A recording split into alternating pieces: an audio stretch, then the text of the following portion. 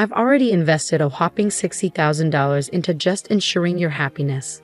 Yet how could you reduce me to merely a wallet or an ATM? I don't recall ever soliciting your assistance. Lily, Max's wife, scoffed with a sneer.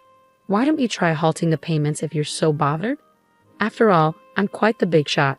I can easily handle it myself, added Max, his tone equally dismissive. Even Max, my eldest son whom I've raised, behaves in this manner. After coercing me into covering the expenses for a $20,000 engagement party and a $40,000 wedding, they have the audacity to treat me like this. They only see me as a cash cow. I must have made a mistake in raising my son. I'll never allow them to push me around again. I've heard you loud and clear, responded Chloe. Are you sure about that? You know we won't let you see your grandchild, right? Max threatened. You don't have to. I'd be more than happy to cease the payments, Chloe retorted. From that point on, Max and Lily experienced a swift downfall. They had been treating Chloe like a money tree. My name is Chloe. I'm 56 years old. I've been struggling alone ever since my husband passed away 12 years ago. Between my job and raising my 2 children, I've always had my hands full. I'm currently an executive at a decent company, which I've been with since before I got married. To the outside world, I guess you could call me a career woman. The children, who were high schoolers when my husband died, have now graduated college and are working. So I'm a bit relieved. I just wish they'd settle down and start their own families soon. While contemplating these thoughts, Chloe lived alone comfortably in the condominium that she used to share with her children. Then, one day, Max called her, saying, I want to introduce you to a woman I'm thinking of marrying. Delighted, Chloe agreed. Max, who turns 28 this year, works for a large corporation as a salesman. Although he has been a bit of a playboy, it seemed like he was finally settling down. On the day he was to bring the woman he was planning to marry, Max said, Mom, long time no see.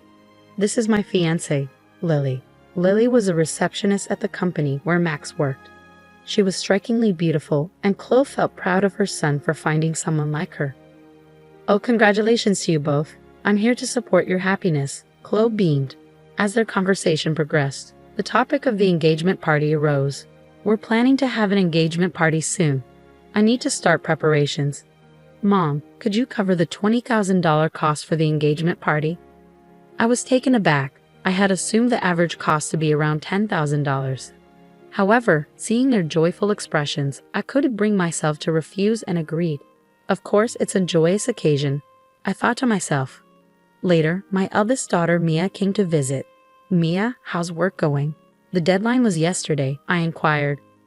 I'm managing well, so don't worry, Mia replied. Mia is a manga artist. While she hasn't achieved a major success yet, she has her own series and manages to sustain herself. She has always been talented at drawing and has a deep passion for manga, making it the perfect career choice for her. By the way, Mom, isn't Max getting married? Maya asked. Yes, he came by the other day with his fiancée Lily to introduce her. They've asked for $20,000 for the engagement party, I explained. Wow, $20,000 is quite a hefty sum, Maya remarked. It's not just for the party. Apparently, they're planning to allocate it for their wedding funds, and as tokens of appreciation, I clarified. On the day of the engagement party, I handed them the promised $20,000. Both Lily and her parents looked overjoyed. We'll use this to begin our new life together, they exclaimed as they tucked away the money. There were no gestures of gratitude as I had anticipated, but I reassured myself that this was customary for engagement parties. As long as they could embark on a happy marriage, I reasoned it was worthwhile. However, a few days later, Max dropped a bombshell. I've won a grand wedding with numerous guests and connections invited, perhaps around 250 people, he announced excitedly. That sounds splendid, I replied. And with that, Mom, I'd like to ask you to cover the upfront costs of the wedding, Max requested. I was taken aback by the request. I had always believed that weddings were primarily funded by the couple themselves. I'm counting on you, Mom, Max insisted. It's pretty standard for parents to pay for the wedding. But didn't I already contribute a significant sum for the engagement party? I questioned. Lily's parents are frail and unable to contribute, and I'll make sure you're reimbursed for the wedding gift. Max assured me. Reluctantly, I opened the bill Max had brought. To my shock, the amount was $40,000. The idea of such a hefty upfront cost made my head spin. How extravagant of a wedding are they planning? I wondered aloud. Wait a minute, isn't this a bit excessive? Why not have a wedding within your means? I suggested. It's a once-in-a-lifetime event and Lily doesn't want to compromise. Plus, don't we want Lily's parents to see how happy she is? Max countered, cornering me. Feeling pressured, I couldn't bring myself to refuse. All right, it's indeed a joyous once-in-a-lifetime occasion, I conceded. Seeing my consent, Max smiled and thanked me before leaving the room. Later, I transferred the upfront cost of $40,000 to the wedding venue.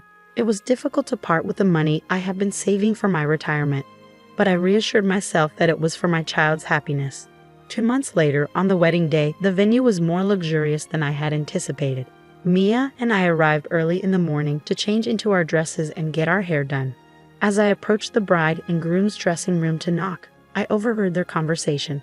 I can't believe we're able to have such an extravagant wedding. All thanks to Mom, Lily exclaimed. Absolutely, and she even gave us $20,000 for the engagement party. I even managed to buy a new bag. What a great wallet, more like an ATM. Let's keep withdrawing from it, Max, Lily joked. That's a bit mean, Max replied, but Lily continued, ignoring his protest. Stunned, Mia and I continued to listen as Lily gleefully said, If we ask her, she'll probably cover the rest of the wedding costs, right? Of course she will. Leave it to me. Then let's use the wedding gift for a honeymoon trip to Hawaii. And of course, we'll take my parents along. How about buying a high-rise apartment for our new home? That sounds perfect. Let's get my mother to cover the cost. She does have the money after all. The hand I raised to knock on the door was trembling. Mia held my shoulder and led me away from the door.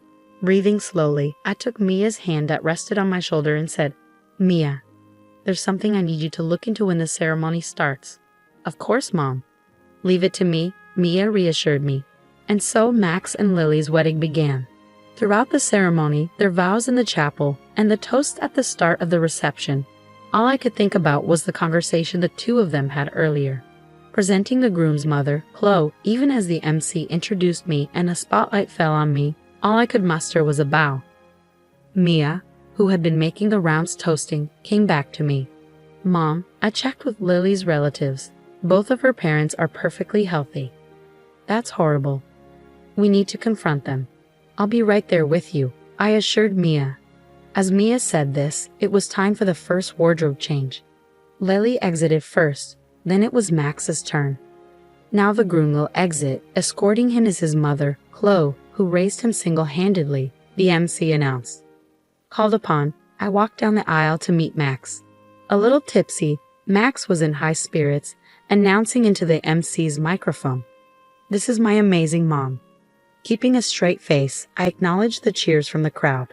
I walked beside Max as we exited the hall and headed straight to the dressing room. Mia was already there, and she spoke to Max. Max, there's something I need to ask you. What is it, sis? Make it quick. I need to change and get back, Max replied curtly as he undressed. I heard the conversation in the dressing room earlier. How could you talk about Mom like that? Mia confronted him. Huh, you were listening. Well, whatever, Max shrugged, seemingly unfazed. As we were taken aback by Max's attitude, Lily, who had already changed into her dress, came in. Mother-in-law and sister-in-law, what's going on? She inquired. Mia pounced. We found out that your parents are healthy. They both have good jobs. Why are you making our mom pay for everything? What's going on? What is this, some kind of sister-in-law bullying? Lily retorted, appearing shocked. My patience snapped at her mocking attitude. I've already paid $60,000, hoping for your happiness. And yet you treat people like their wallets, ATMs. What kind of language is that? I exclaimed. Hearing this, Lily laughed as if it was a joke, acting all high and mighty. For such a small sum. We're not in your debt. Besides, it's normal for the groom's parents to pay for the wedding, right? But you lied about your parents being ill to buy a new bag, Mia pointed out. Oh, you were eavesdropping. That's a terrible hobby, Lily scoffed. Watch your mouth, Mia, I warned, feeling angry at Lily's dismissive attitude. Lily then looked at Mia. I don't want to be told off by an older sister who is still single at 30, doing some weird job as a manga artist. It's because you're such a nerd that you can't get married. That's right, you're hopeless. When it comes to marriage, sis, mom, if you want to see your grandkids, don't speak rudely to us, Max asserted. Mia was stunned speechless. How dare you speak to me like that? I tried to scold them. But Max laughed and responded, if you're going to talk like that, try stopping the payments. After all, I'm in a light. I can easily handle it. Well, it'll be a shame to lose the cash cow, Lily chimed in. I had already paid $20,000 for the engagement party and $40,000 for the wedding. And this is how they repay me. No gratitude, only cruelty. I must have gone wrong somewhere in raising my son. I'd had enough. I wouldn't be manipulated by them anymore. I've heard all you have to say. Are you sure about that? If you don't listen to us, you won't see your grandchild. Max threatened. But I firmly responded, that's fine. You don't need to bring him over. I'll gladly stop the payments. Max and Lily just stared at me, stunned. I'm severing our ties here. I wish you all the best with that, I declared, taking Mia's hand as we left the venue. The joyous noise of the reception was still audible as we departed. A month later, as Mia and I were enjoying some tea at home, the intercom rang with a shrill tone. Oh, Mom, it's Max. What should we do? Mia asked. Let him in, dear, I replied. Max, whom I hadn't seen in a month, looked remarkably worn and tired. Why the sudden visit, Max? I inquired. Mom, you must have received the bill for the wedding venue by now. Why haven't you paid? Max asked. Huh? Oh, the bill for the remaining balance. It was $45,000, right? It arrived, but I have no obligation to pay it, I stated firmly. Don't be like that. In the end, we didn't receive many wedding gifts and couldn't pay the bill, so now we're in debt, Max confessed. At that, Mia laughed and commented, from what I overheard at the wedding. It seems you two have quite a bad reputation. You, Max, have been throwing your weight around at work, doing haphazard jobs, and Lily, you've been putting down other women, flaunting your looks in marriage. I can see why people wouldn't want to give wedding gifts to people like you, Max retorted sharply. Hey sis, stay out of this, I interjected, feeling a sense of frustration. It's not just me you haven't been considerate of, it's everyone around you. The wedding expenses are your own doing. Please pay them yourselves, I pleaded. Mom, I'm in a bind here. Lily can't control her spending, and even her parents have started to take advantage of me. Lily's love of money isn't exactly a new revelation, Mom. Plus, having seen Lily, I can easily imagine her parents behaving the same way. Please, Mom, think about helping us. Give us some money, Max begged desperately. To Max's desperate plea, I sternly replied, you were the one who said, I'm in a light. It'll be a piece of cake, and told me to stop making payments, weren't you? And didn't you say that we were severing our ties? I have no obligation to give you any more money. Mom, don't call me Mom. I don't want to be called that by someone who has only ever seen me as a cash cow. To be honest, I'd like you to repay me for the wedding and the engagement party, but I'll write it off as a settlement payment. Now please leave. Max, who had looked shocked, now had a malicious look on his face. Hey, are you really okay with this, Mom? Cutting ties with us like that? How will you spend your old age without a husband? Don't you want to see your grandchild? He pressed. Before I could respond, Mia intervened. Don't worry about that. I will be by Mom's side. And what can an unsuccessful comic artist like you do? You can't even have children, she taunted. Shut up, Max. I finally snapped, feeling the anger boil inside me. Max was frothing at the mouth with anger. Ah, so scary. Sure, you mock me as a failed manga artist or an otaku. Yet my manga was among the top-selling shoujo manga this year. Did you know it's set to be turned into an anime and a movie next year? Safe to say I'm in a much better financial state than you and your debts, Mia revealed confidently. At this point, Max noticed something. Hey sis, that thing. This, he pointed to Mia's left hand. Oh, you noticed? Yes, that's what's happening. Mia smiled as she flashed the ring on her left ring finger. I'm getting married to my editor. He's a big shot at a major publishing house, a real high flyer. So we can take care of Mom. We don't need you anyway.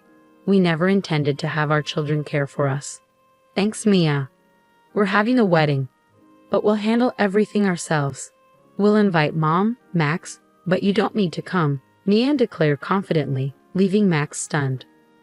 "I said, did you get it now? Never bother us again," I declared firmly, pushing Max towards the front door along with Mia. "Please." "Mom, and you too, sis," Max pleaded. But before he could finish, something came to mind. "What are you going to give us, money?" Max asked eagerly. Upon hearing this, I turned to him with a stern expression. "That director at your wedding. Turns out, I didn't know, but he's a client of my company. It seems you're hiring, and all your undeserved privileges were out of consideration for me. I told him to stop that though." "What? You didn't hear about this? Stop it. Please handle it on your own now." "Goodbye," I said firmly as Mia and I pushed Max outside and firmly locked the door. Max made a fuss outside, but after ignoring him for a while, it became quiet. A year passed since then. Right after that incident, I sold the house to avoid Max and Lily's visit and bought an apartment with elderly services for my old age.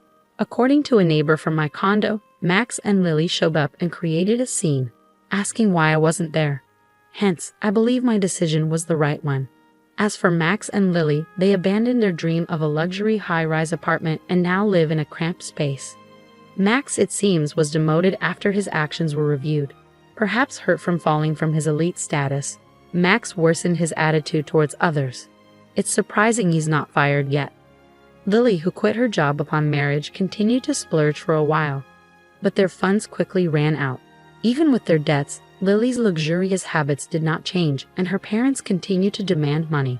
Apparently, they quarreled daily. I hope the two learn the hardship of earning money and appreciate the people around them and grow up, though that might be too much to ask from them. I still maintain a good relationship with Mia. Mia's husband is a good man who treats me well, and they are expecting a baby. I plan to spoil my lovely daughter and grandchild, and looking forward to it keeps me working every day.